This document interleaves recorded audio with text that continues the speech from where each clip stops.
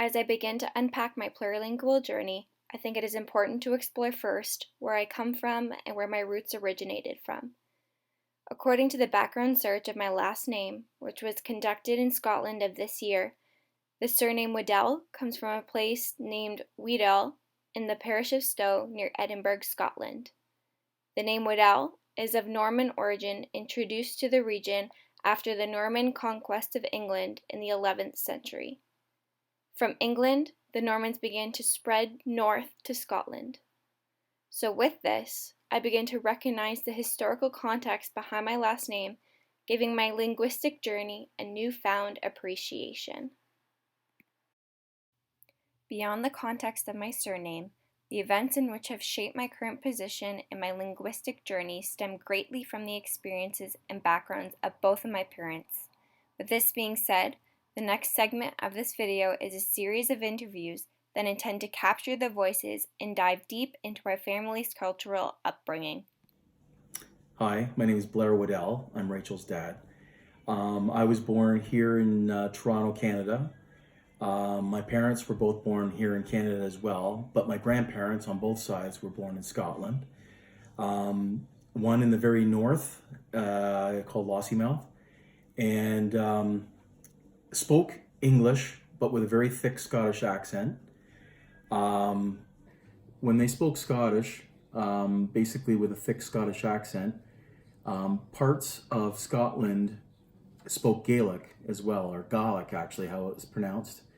And some of these words basically you can't understand in English, even though they're considered part of the English language, but they're Gaelic.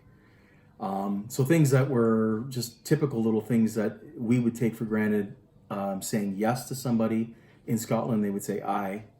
A few other examples, or another example that I might have heard was my grandmother speaking like, "Och, I, the new," which basically would mean, oh, yes, the now. Like now as in just now. New, meaning now. Anyways, she would also make comments about a wee dram, which was usually, let's have a wee drink of whiskey, wee meaning small. But I mean, when they spoke quickly, sometimes it took a while to understand what they were referring to. So actually, we recently just got back from a trip to Scotland, and it was very interesting to hear the different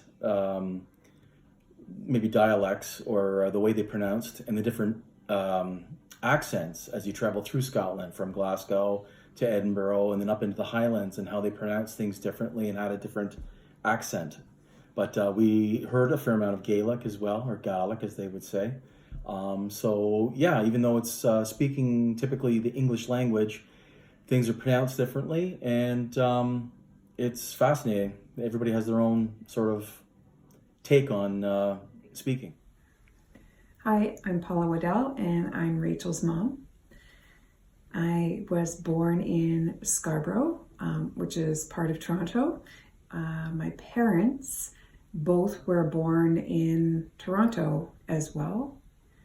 On my father's side, my grandpa would always say that he was 10th generation Canadian, meaning that for many generations his family has been here.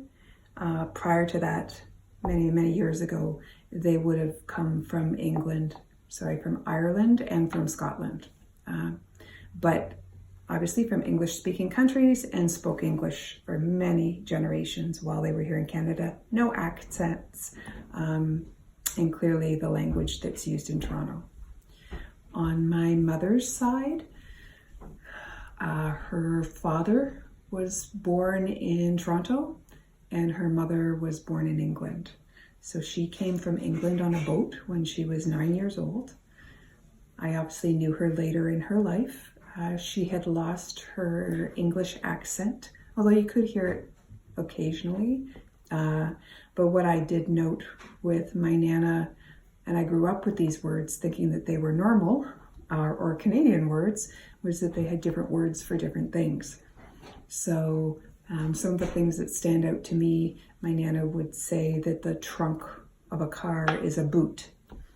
She called pants slacks. She called dresses jumpers. when we would go for dinner, if you were having beans or spinach, they were all greens. So she had some terminology that I think harkens back to her being born in England and of English parents and the way things were described to her and she still used. So my mother used those words too. So they're very familiar to me. So even though she had lost her accent and she was speaking English, the words that she would choose to use or the way that words were used were different than had she been born here in Canada. All right, now that we've looked a little bit into where I come from, let's look into my plurilingual journey. So I speak English. I learned that from my parents, my extended family, friends, the community. The majority of the people that I was surrounded with as an infant and a child spoke English. My brother is 3 years older than I am, and my parents decided when he hit the first grade that they wanted to enroll him in the French immersion program at the school nearby our house. He excelled, he loved it, so my parents thought, hey, why not, when I hit first grade, why not put me in the same school as him, as it probably would benefit me, and it also benefited them because they didn't really have to drive to 2 different schools.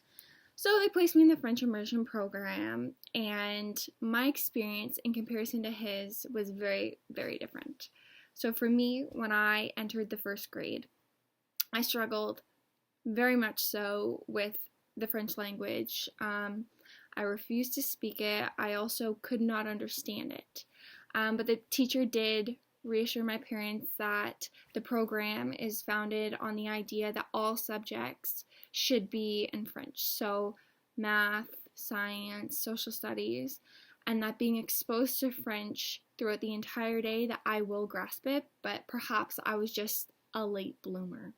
So she convinced my parents that this program, many students do struggle in their first year, but to pursue it and continue on to second grade, and that I will be able to understand it a little bit more with time.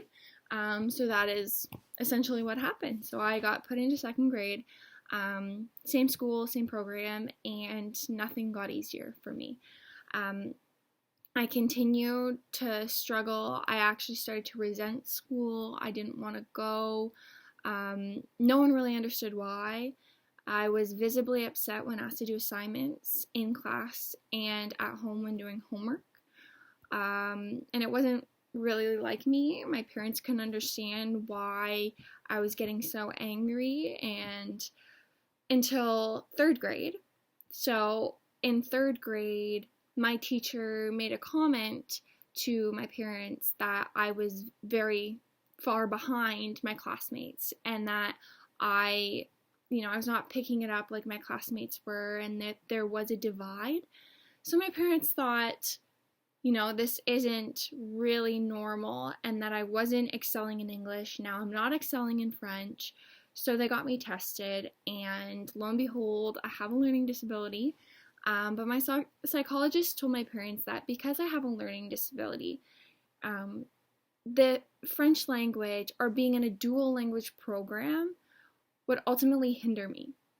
Because if I am struggling in one language and I hadn't even, thrown in English yet into the curriculum and we weren't having structured English classes, I had only learned French at this point and I was struggling hardcore, then what would be the good? There was no good in that. So my parents decided they didn't want to watch me struggle. They didn't want to watch me upset anymore. They took me out of French immersion. They placed me into an all English school.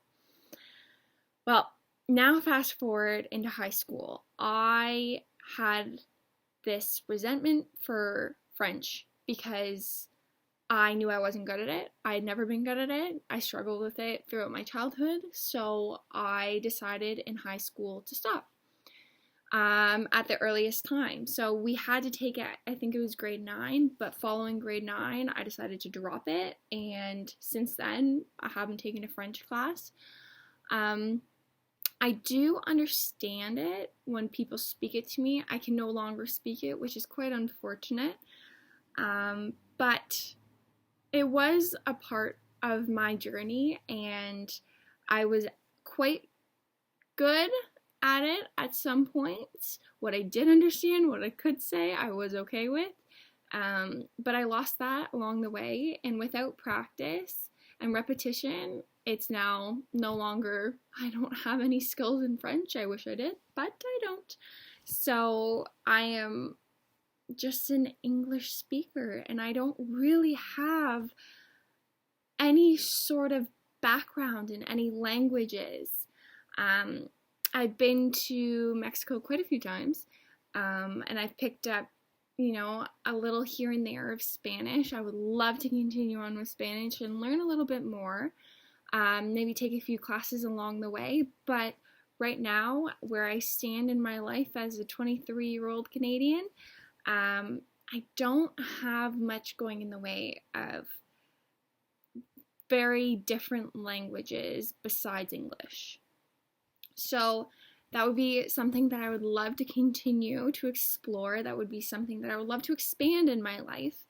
Learning a new language would be something that would be really interesting to me. So with the upcoming years, and perhaps seeing as I'm going to be a teacher, maybe picking up French once again, and hopefully now I have coping skills in my pocket that I'll know how to implement. And now that I'm older and I'm a little more wiser, I might enjoy French a little more than I did before.